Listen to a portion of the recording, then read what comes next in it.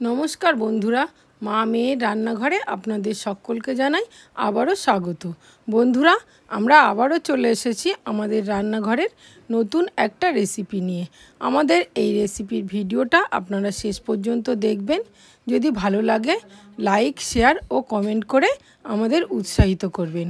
আর এই ভিডিওটা আমাদের যেসব বন্ধুদের কাছে নতুন যাচ্ছে তারা অবশ্যই আমাদের চ্যানেলটিকে সাবস্ক্রাইব করে আমাদের পাশে থাকবেন। তো বন্ধুরা, আমাদের রান্নাঘরের আজকের রেসিপি হলো নিরামিষ ইঁচড়ের কাটলেট। তো চলুন দেখে নেওয়া যাক আজকের রেসিপিটি। নিরামিষ এঁচড়ের কাটলেট বানানোর জন্য আমি বাজার থেকে 500 গ্রাম ইঁচড় এইভাবে কাটা অবস্থাতেই নিয়ে এসেছিলাম। এটাকে আমি 1 ঘন্টা আগে নুন হলুদ জলে ভিজিয়ে রেখেছি। এবার এটাকে আমি খুব ভালো করে সিদ্ধ করব। ইঁচড়টাকে তাড়াতাড়ি আর খুব ভালোভাবে সিদ্ধ করার জন্য আমি একটা প্রেসার কুকারের মধ্যে ইঁচড়গুলোকে নিয়ে নিয়েছি। আর নিয়েছি 5টা কাঁচা লঙ্কা আর 1 টুকরো আদাকে টুকরো করে নিয়েছি, সেটাকেও আমি ইঁচড়ের সঙ্গে দিয়ে দেবো। আর ইঁচড়ের মধ্যে দিয়ে দেবো পরিমাণ মতো লবণ ও হলুদ। এঁচড়ের মধ্যে আমি 1 চামচ লবণ দিয়ে দিলাম আর দেবো 1/2 চামচ পরিমাণ হলুদ গুঁড়ো। লবণ আর হলুদটাকে দিয়ে আমি পরিমাণ মতো জল দিয়ে দেবো। এবার আমি এঁচড়টাকে সিদ্ধ করার জন্য প্রেসার কুকারের ঢাকনাটা বন্ধ করে ওভেনে বসিয়ে দেবো। আমার ইঁচড়টাতে বেশ কয়েকটা সিটি মেরে নিয়েছি। এবার আমি কুকারটাকে নামিয়ে ইঁচড়টাকে বার করে ঠান্ডা করে নেব। এই সিদ্ধ ইঁচড়ের সঙ্গে আমি 2টো সিদ্ধ আলু মিশিয়ে দেবো। আলু দুটোকে আমি আগে থেকেই সিদ্ধ করে রেখেছিলাম। এটাকে আমি ইঁচড়ের সঙ্গে মিশিয়ে দেব। ইঁচড় আর আলুটাকে আমি খুব ভালোভাবে মেখে নিয়েছি। এবার আমি এর মধ্যে একে একে মশলাগুলো দিয়ে নেব। তার আগে আমি 1 মুঠো বাদামকে শুকনো খোলায় ভেজে নেব। আমি এই এঁচড়ের কাটলেটের মধ্যে দেব, যাতে এটা খুব সুন্দর ক্রাঞ্চি হয়। এটাকে আমি খুব ভালোভাবে ভেজে নিয়েছি। এবার এটাকে নামিয়ে ঠান্ডা করে নেব। আর এই গরম কড়াইয়ের মধ্যে আমি অল্প পরিমাণ মৌরি ও অল্প পরিমাণ জোয়ানকে একটু শুকনো খোলায় ভেজে নেব। ভাজা জোয়ান আর মৌরিটাকে আমি এই ইঁচড় আর আলুর মধ্যে ঢেলে দিলাম। বাদামগুলোকে আমি ঠান্ডা করে খুব ভালোভাবে খোসা ছাড়িয়ে নিয়েছি। এবার আধ ভাঙা করে আমি এর সঙ্গে মিশিয়ে দিলাম। এবার আমি একে একে কিছু গুঁড়ো মশলা যোগ করব। প্রথমেই আমি দিয়ে দিলাম 1 চামচ পরিমাণ জিরের গুঁড়ো। এবার দিয়ে দেবো 1 চামচ পরিমাণ ধনে গুঁড়ো। 1/2 চামচ লঙ্কা গুঁড়ো যোগ করে দিলাম, যেহেতু আমার কাঁচা লঙ্কা দেওয়া ছিল। আর আমি এর সঙ্গে মিশিয়ে দেবো 1.5 চামচ পরিমাণ চাট মশলা। চাট মশলাটা দিলে টেস্টটা অনেক বেশি ভালো হবে। আর এবার আমি এগুলোকে খুব ভালোভাবে হাত দিয়ে মেখে নেব।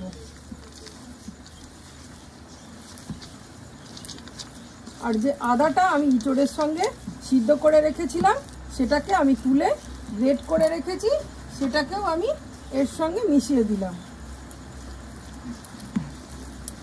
আমি এটাকে আর তেলে নেড়ে নিচ্ছি না, তাই আদা কাঁচা লঙ্কাটাকে সিদ্ধ করে গ্রেট করে নিয়েছি।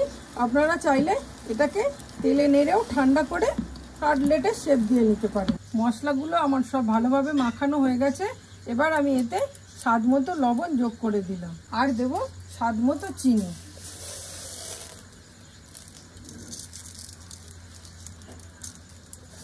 লবণ আর চিনিটাকে দিয়ে আমি খুব ভালোভাবে মেখে নেব।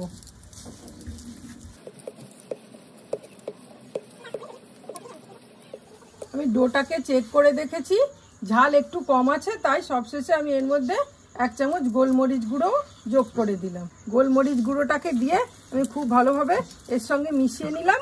আর আমি এর সঙ্গে 2 চামচ পরিমাণ কর্নফ্লাওয়ার যোগ করে দেবো, তাহলে আমার এই মাখাটাও একটু শুকনো শুকনো হবে আর কাটলেটটাও খুব সুন্দর ক্রাঞ্চি হবে। কর্নফ্লাওয়ারটাকে আমি এর সঙ্গে যোগ করে দিলাম।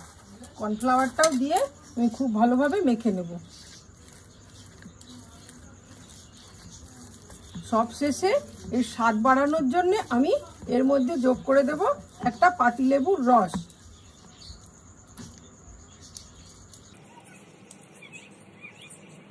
পাতিলেবুর রসটাকে দিয়ে আমি খুব ভালোভাবে মিশিয়ে নেব। পাতিলেবুর রসটা আমার খুব ভালোভাবে মেশানো হয়ে গেছে।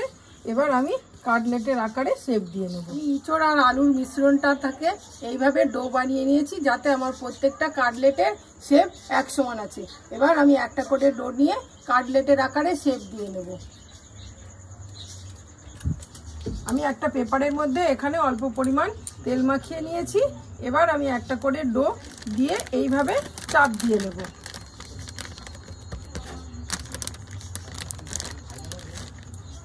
আর আমি এরকম একটা শক্ত প্লাস্টিক নিয়েছি, এটাকে আমি দোকানের মতো কাটলেটের শেপ দেওয়ার জন্য আমি এইভাবে গোল করে এর মধ্যে বসিয়ে দেব। দেখুন বন্ধুরা, একদম দোকানের কাটলেটের মতো শেপ চলে এসেছে।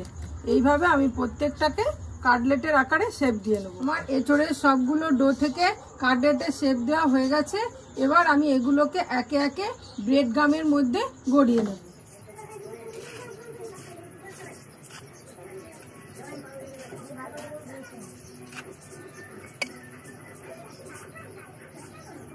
এইভাবে আমি প্রত্যেকটাকে ব্রেড গামের মধ্যে ডুবিয়ে নেব, তারপর ফিরে আসছি আপনাদের। কাটলেটগুলো ব্রেড গামে চোবানো হয়ে গেছে। এবার আমি একটা পাত্রে 1 চামচ পরিমাণ কর্নফ্লাওয়ার নিয়ে এর মধ্যে অল্প জল দিয়ে একটা পাতলা ব্যাটার করে নেব।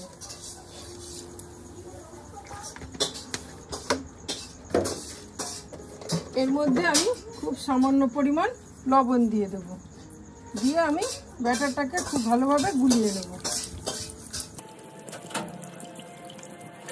এবার একে একে আমি ওই ব্রেড গাম মেশানো কাটলেটগুলো এর মধ্যে চুবিয়ে আবার একবার ব্রেড গামের মধ্যে ডুবিয়ে একে একে সবগুলোকে ভেজে নেব। কাটলেটগুলোকে ভাজার জন্য আমি কড়াইয়ের মধ্যে পরিমাণ মতো সাদা তেল দিয়ে দিলাম।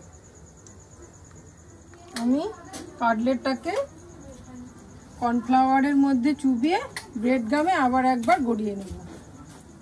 নিয়ে আমি তেলটাকে আগে থেকে গরম বসিয়ে দিয়েছি, ওর মধ্যে ছেড়ে দেব।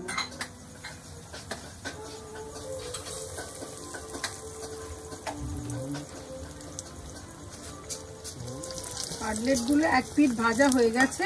এবার আমি উল্টে দেব। দুটো কাটলেট ভাজা হয়ে গেছে। এবার আমি এই দুটো কাটলেটকে একটা পাত্রে তুলে নেব। কাটলেট দুটোকে আমার তুলে নেওয়া হয়ে গেছে। আমি আবারও দুটো কাটলেট একইভাবে তেলের মধ্যে ছেড়ে দেব। এইভাবে আমি একে একে সমস্ত কাটলেটগুলোকে ভেজে রেডি করব, তারপর ফিরে আসছি আপনাদের কাছে। আমি সব কাটলেটগুলো আমার ভাজা হয়ে গেছে। আমি একটা পাত্রের মধ্যে এটাকে সাজিয়ে দিয়েছি। মাঝখানে 1 বাটি কাসুন্দি, যেটা আমি ঘরে বানিয়েছি, সেটা দিয়ে আমি মাঝখানে বসিয়ে দিয়েছি। আর উপর থেকে অল্প করে চাট মশলা আমি এর মধ্যে ছড়িয়ে দেব। আমার এই রেসিপিটা পুরোপুরি তৈরি হয়ে গেছে। আমাদের এই রেসিপিটা শেষ পর্যন্ত দেখার জন্য আপনাদের অনেক অনেক ধন্যবাদ। আবার দেখা হবে অন্য কোনো দিন নতুন কোনো রেসিপির সঙ্গে। নমস্কার।